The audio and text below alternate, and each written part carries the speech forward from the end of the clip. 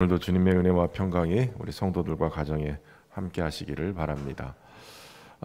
아브라함이 하나님의 언약을 붙들고 말씀을 따라 갔을 때 마침내 가나안 땅에 들어가게 됐죠.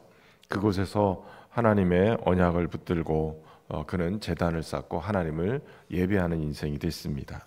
그러나 형편과 사정에 따라서 그가 점점 남방으로 옮기게 되고 기근이 오자 애굽으로 향하게 됩니다. 그런데 그 애굽에서 실패를 경험하게 되죠. 죽음이 두려워서 아내를 아내라고 얘기하지 못하고 누이라 얘기해서 결국은 아내를 뺏기게 되는 상황이 벌어집니다. 그 상황 속에서도 하나님은 아브라함을 지키고 보호하기 위해서 이 바로의 가문에 재앙을 내리셔서 바로가 깨닫고 아브라함을 다시 아브라함의 아내 사레를 아브라함에게 돌려보내게 됩니다. 그때 그냥 보내지 아니하고 많은 재물을 아브라함에게 주어서 보내게 되고 아브라함은 그 재물과 함께 그 소유와 함께 다시 원래 있던 곳으로 돌아오게 됩니다.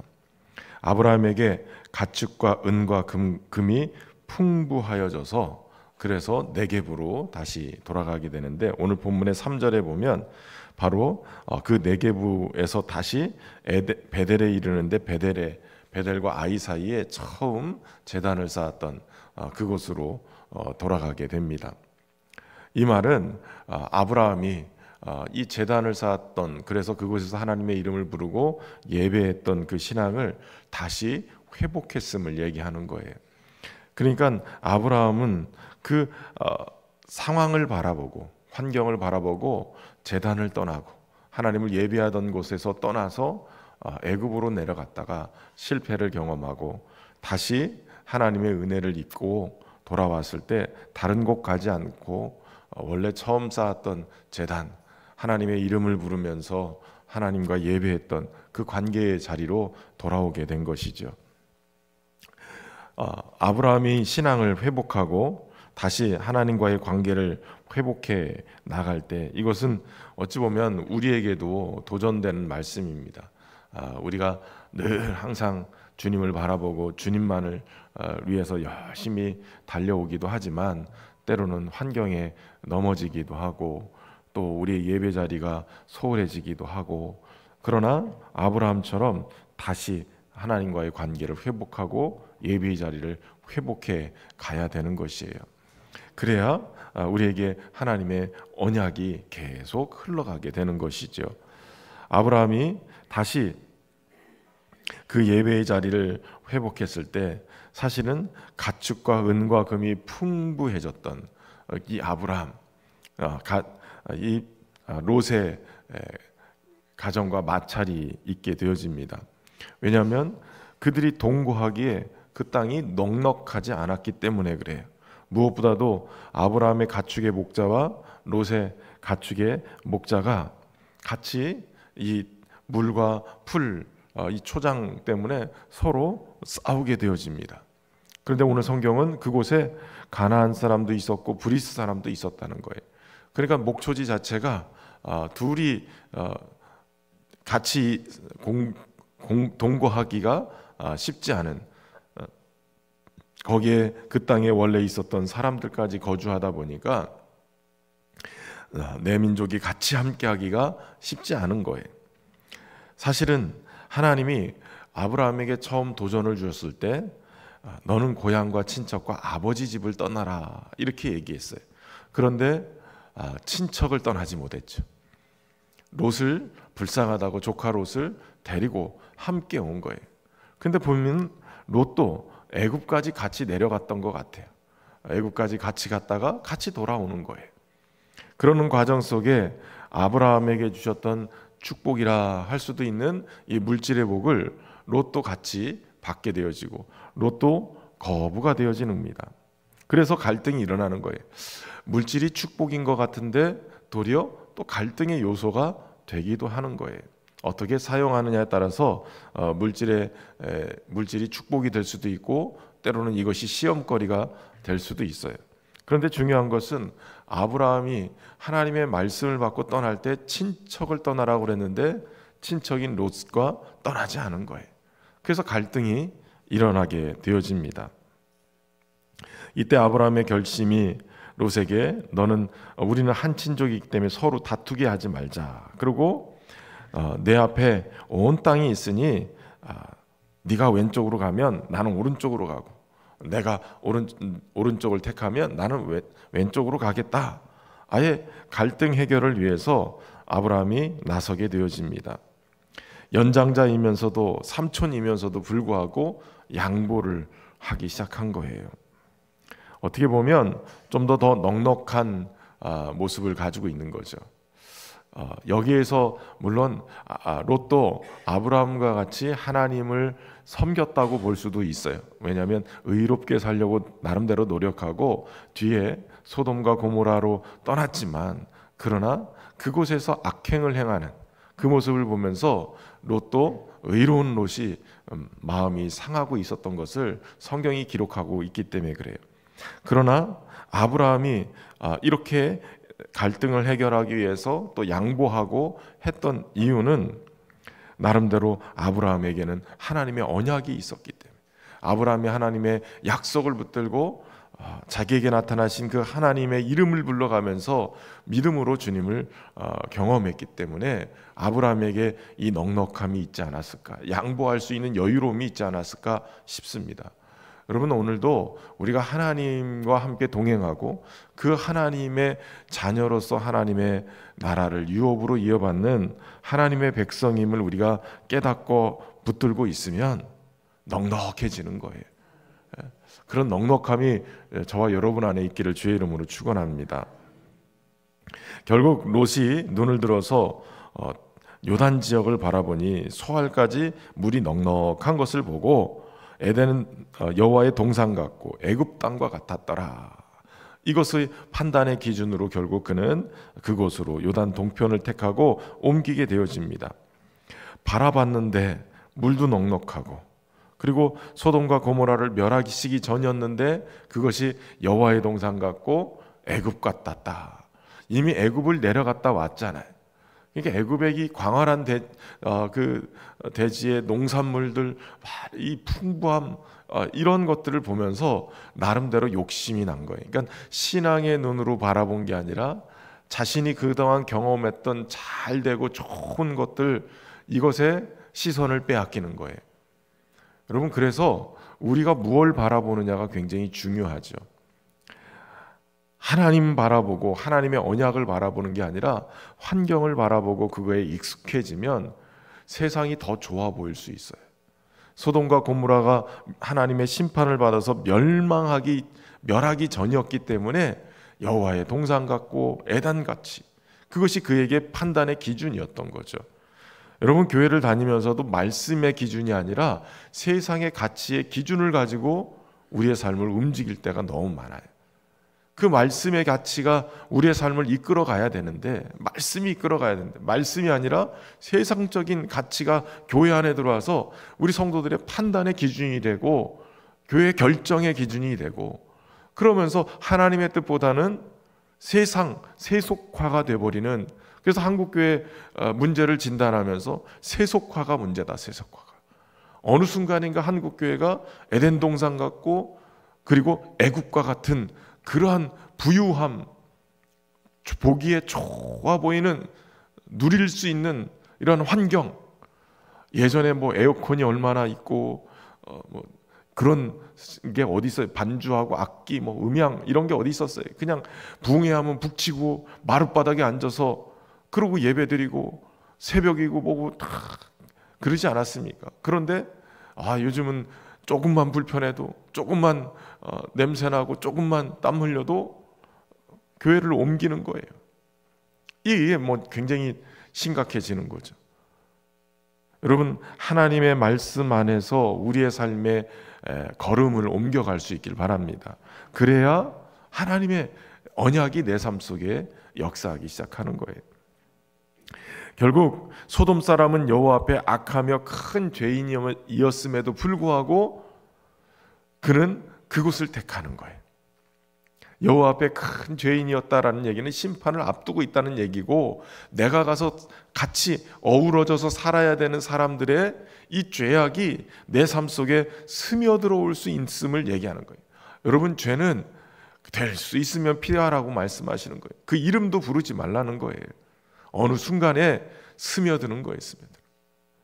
그렇다고 또 세상 친구 다 끊으라 소리는 아니에요. 전도를 위해서는 또 그 사람들하고 어울리기는 하지만 그 사람들에게 물들지 말라는 거예요. 하나님의 말씀 붙들고 말씀의 가치를 계속 심어가면서 선한 영향력들을 끼쳐야 되는데, 자꾸 스며들어와 가지고 그 영향력 속에 내가 자꾸 무너져가면 안 되는 거죠. 바로 롯을 떠나보낸 후에 아브라함에게 하나님이 나타나셔요. 그리고 언약을 다시 갱신을 해주시는 거죠.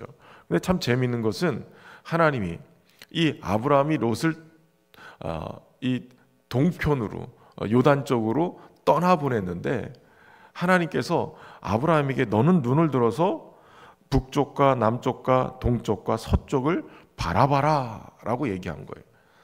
여러분, 동쪽으로 가면 소돔과 고모라인데 동서남북을 다 바라보라는 거예요. 네가 원하면 다 주겠다.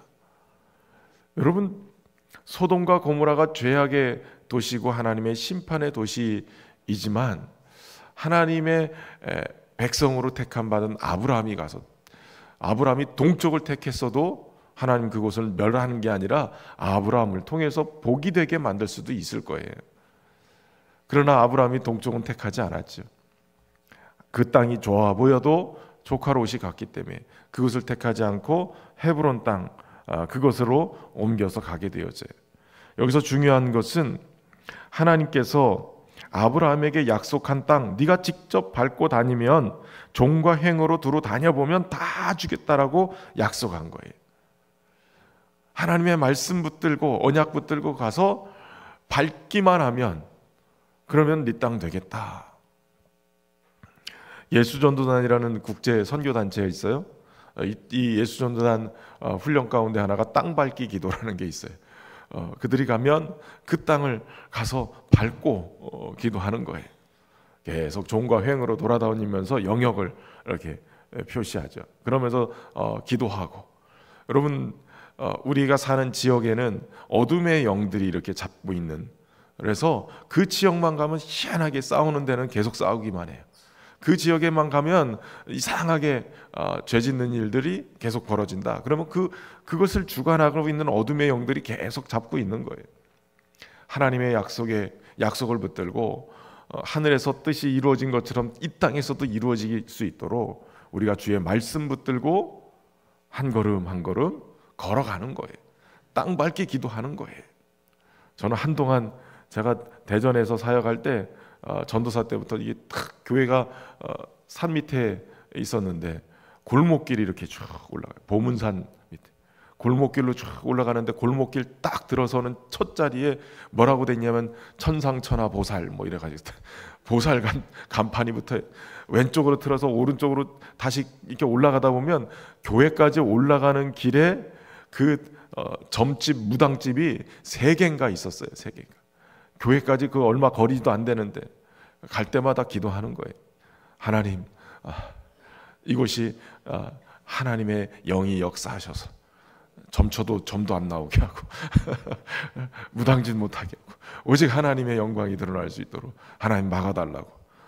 그러면서 땅 밟기 기도를 막 하고 다녀요. 여러분, 뭐 그 집이 망했는지 안 망했는지 그거에 대해서 궁금하면 따로 나중에 물어보세요.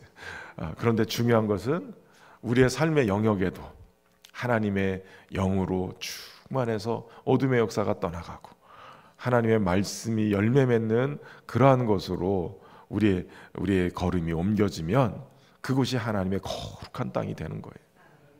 그러니까 오늘 삶의 영역마다 우리가 계속 그렇게 하나님의 나라를 확장해 나가는 그러한 삶을 살아내야 되는 거예요.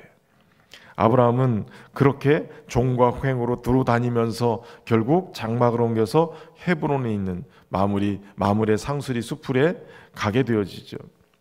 하나님의 약속을 받고 다시 제단을 쌓으면서 예배했던 그가 하나님의 약속을 믿고 눈에 보기에 좋은 땅이 아니라 하나님의 약속대로 종과 횡을 다녀봐서 하나님 예배하기 좋은 곳, 하나님 섬기기 좋은 곳, 그곳으로 옮긴 거예요. 18절에 보면 그 마므레 상수리 수풀에 이르러서 거주하면서 거기서 또 하나님을 위한, 여호와를 위한 제단을 쌓았다라는 거예요. 교회가 먼 게 아니라 집이 먼 거라고 그랬죠. 교회는 8년 전부터 여기 있었어요. 그런데 이사해놓고 교회가 멀어서 교회를 못 간다고. 아니에요. 교회가 먼 게 아니라 집이 먼 거예요. 마음의 거리가 자꾸 멀어지면 교회가 먼 것처럼 느껴져요. 내가 멀어지고 있는 거예요. 하나님은 그 자리에 항상 계세요. 주일날도 말씀드렸지만 내가 예수님을 의지하고 그리스도의 피를 믿고 돌이키기만 하면 하나님 멀리 계신 하나님이 아니라 내 앞에 와 계신 하나님, 그 하나님 바라보면서 우리의 믿음의 제단 제대로 쌓고 하나님 예배하면서 하나님 매 순간 하나님 택하고 하나님 안에 살아갈 수 있는 저와 여러분 되기를 주의 이름으로 축원합니다. 참 좋으신 하나님, 은혜와 사랑으로 오늘도 우리를 붙잡아 주시고 인도해 주셔서 감사합니다. 하나님의 신실한 언약을 붙들고 때로는 연약하여서 넘어지는 그 자리이지만 다시 하나님의 언약을 붙들고 일어서는 은혜가 있도록 이끌어 주시고, 물질과 세상 보기에 좋은 것들 따라가기보다는 오직 하나님의 말씀 붙들고 하나님의 말씀이 내 삶 속에 이루어지는 그러한 삶을 살아갈 수 있도록 인도하여 주옵소서. 예배 중심의 삶을 살게 하셔서 하나님의 약속을 예배 가운데 늘 확인하고 제단 쌓고 하나님을 섬기는 귀한 우리의 신앙이 될 수 있도록 축복하여 주옵소서. 하나님의 인도하심을 따라 오늘도 한 걸음 한 걸음 약속의 땅을 확대해 나갈 수 있도록 인도하시고 하나님 나라를 아름답게 세워가는 우리 모두가 되도록 축복하여 주옵소서. 주의 몸된 교회가 평안에 매는 줄로 성령이 하나 되게 하신 것 힘써 지키며 하나님의 뜻을 이루어가는 그러한 귀한 공동체 되게 하시고 한 몸 공동체로 주님의 귀한 은혜 안에 머무는, 그래서 또 그 은혜를 세상 속에 흘려보내 세상을 평화롭게 하는 그러한 귀한 은혜가 있도록 축복하여 주옵소서. 우리의 다음 세대, 자녀 세대들을 또 교육하기 위해서 여름 성경학교 수련회를 기획하고 준비하고 있습니다. 교사들에게 그리스도의 심장 주시고 뜨거운 하나님의 사랑 주셔서 넉넉하게 이 일들을 잘 감당할 수 있는 은혜의 삶 되게 충만하게 채우시고 인도하여 주옵소서. 우리 아이들이 믿음 안에서 잘 훈련되되 다니엘과 또 느헤미야와 수르바벨과 같이 또 하나님 에스더와 같이 이 시대의 어두움 속에서도 빛을 발하는 귀한 믿음의 세대들이 잘 길러질 수 있도록 은혜로 함께해 주옵소서. 오늘도 주의 몸된 교회 통해서 하나님 나라가 아름답게 확장되어져 갈 수 있도록 하나님 은혜로 충만케 하여 주옵소서. 우리 성도들의 삶의 자리마다 주님 동행하시고 하나님 저들의 삶을 통해서 하나님이 아름답게 복 주시고 역사하시는 간증의 역사들이 많아질 수 있도록 축복하여 주옵소서. 정성을 다한 귀한 예물 올려드립니다. 하나님 은혜로 충만케 하시고 넘치게 채우셔서 하나님 더욱더 감사하며 살게 축복하여 주옵소서. 감사드리며 예수님의 이름으로 기도하옵나이다. 아멘.